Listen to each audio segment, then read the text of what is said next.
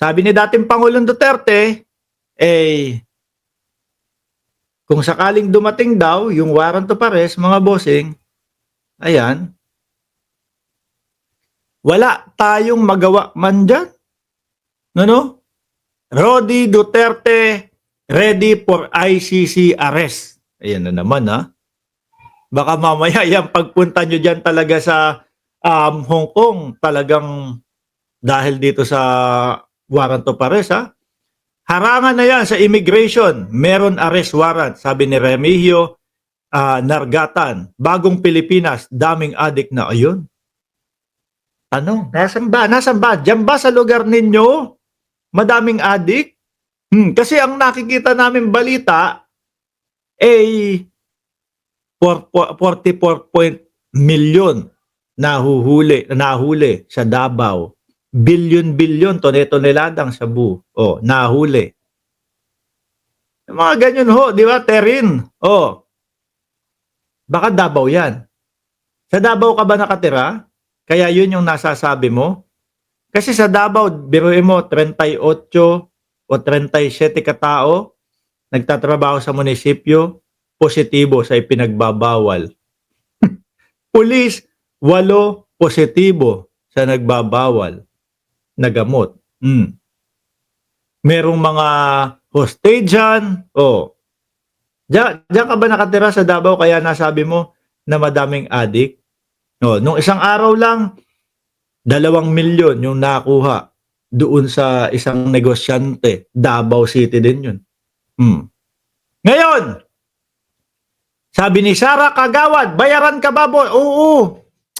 Maulit-ulit. Sabi ko sa inyo, bago mag-umpisa itong live natin, mag-expect na kayo, babaha nung ang i-comment, bayaran ka ba? Adik ka ba? Ano pa?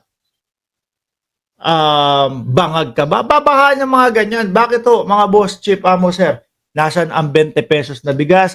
Kasi po, hanggang dyan lang yung kakayanan nila na ipagtanggol ang dating Pangulong Duterte. Pero kapag ka naman sila tinatawag para pumunta sa rally ng dating Pangulo, kinukupal lang naman nila ang dating Pangulo. Hindi naman sila pumupunta. Oh. Ang pang mga comment section lang. 'Di ba? Pang mga comment section lang. Oh, tingnan mo. 'Di ba? Paninira pa din daw ho, mga kababayan. Samantalang nasa ICC na, paninira pa din. Sabi mo na, pinupolitika ang mga Duterte. Dali, sabihin nyo na. Diyos ko naman. Same ng sombrero mo sa nakaupo ngayon. Oo nga. Nakita mo yung buhaya, green. Yung dito, yung t-shirt ko, green. Tas may buhaya din. O, ikaw na magsabi kung saan pareho. No? Ikaw na magsabi kung kanino ka pareho. Ngayon, eto na nga, dito na muna tayo kay kayo naman dinidistract nyo ko para ayaw nyong marinig siguro, wala na tayong magagawa, sinasabi ni dating Pangulong Duterte.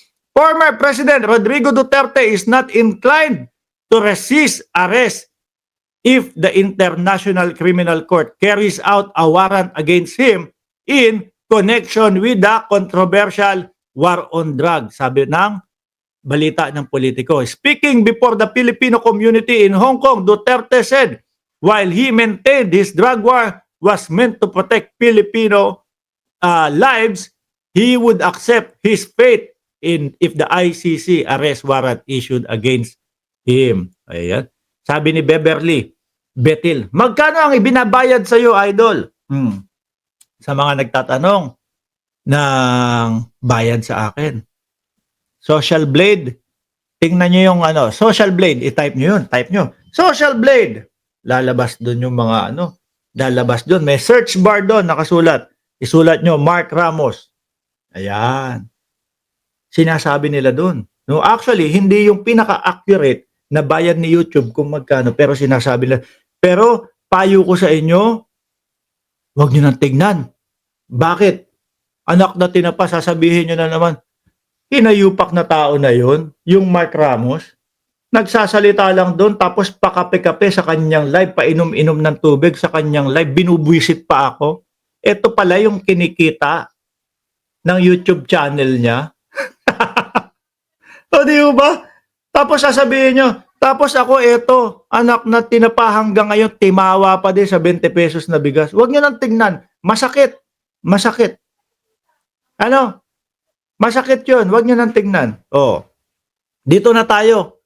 Kay Duterte talaga, mga kababayan. Puntahan na natin ito. No? Ito oh. Ako'y raw Ayan na. Nagpapaawa na ang dating Pangulo. Oh. Mark, ano ang posisyon mo sa AKAP? No? Pro or anti? Sa AKAP, ang daming ano diyan, pero na-vlog na ho namin 'yan, Sir Jun, no? Na-vlog na po natin 'yan. Dito muna tayo dahil yung utak ko talaga naka-focus ngayon dito sa topic na ito eh. Game. ang balita ko, may warrant daw ako pag... Hindi, totoo. Awa na, no? Yung mga nandoon, ngiti-ngiti sila. No? Hindi nila alam kapag lumabas talaga yung warrant. Ay, mukhang nagamit yata tayo talaga. Mukhang naging pananggalang tayo para maging kumbaga, hindi isipin na patakas kami. Di ba? Pakinggan nyo yung mga bawat kataga na bibitawan ni dating Pangulong Duterte dito, mga bossing. No? Dati sinasabi, hindi totoo yun. Mga vlogger nila, hindi totoo yun. No? Pero nagpapaliwanag na dito eh. Kumukuha na ng simpatya eh. Yung sa ICC or something, matagal na akong hinahabol ng mga putang ina. Oh, matagal na daw siyang hinahabol. Ayan baka sabihin niya, fake news na naman, Duterte. Ang sagot sa ICC, minura ang ICC. Diba? Matagal na akong... Siyempre, mga kababayan, pagka meron na maririnig tayong PI sa dating Pangulo, ano expect mo sa mga DDS? Siyempre,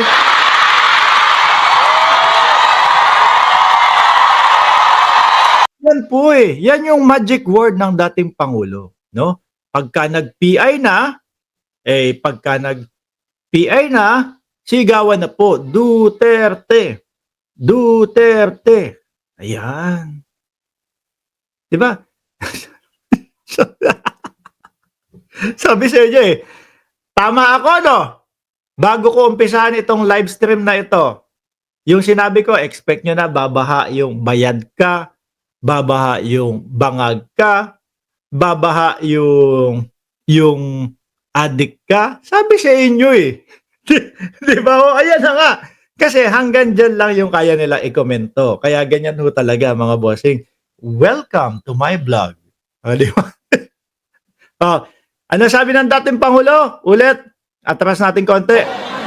Ang balita ko, may warrant daw ako pag... Hindi, totoo. Yung sa ICC or something, matagal na akong hinahabol ng mga putang ina. Yan di ba? Merong PI. Siyempre, yung mga DDS, sigawan na yan, no? Diyan sila na-amaze.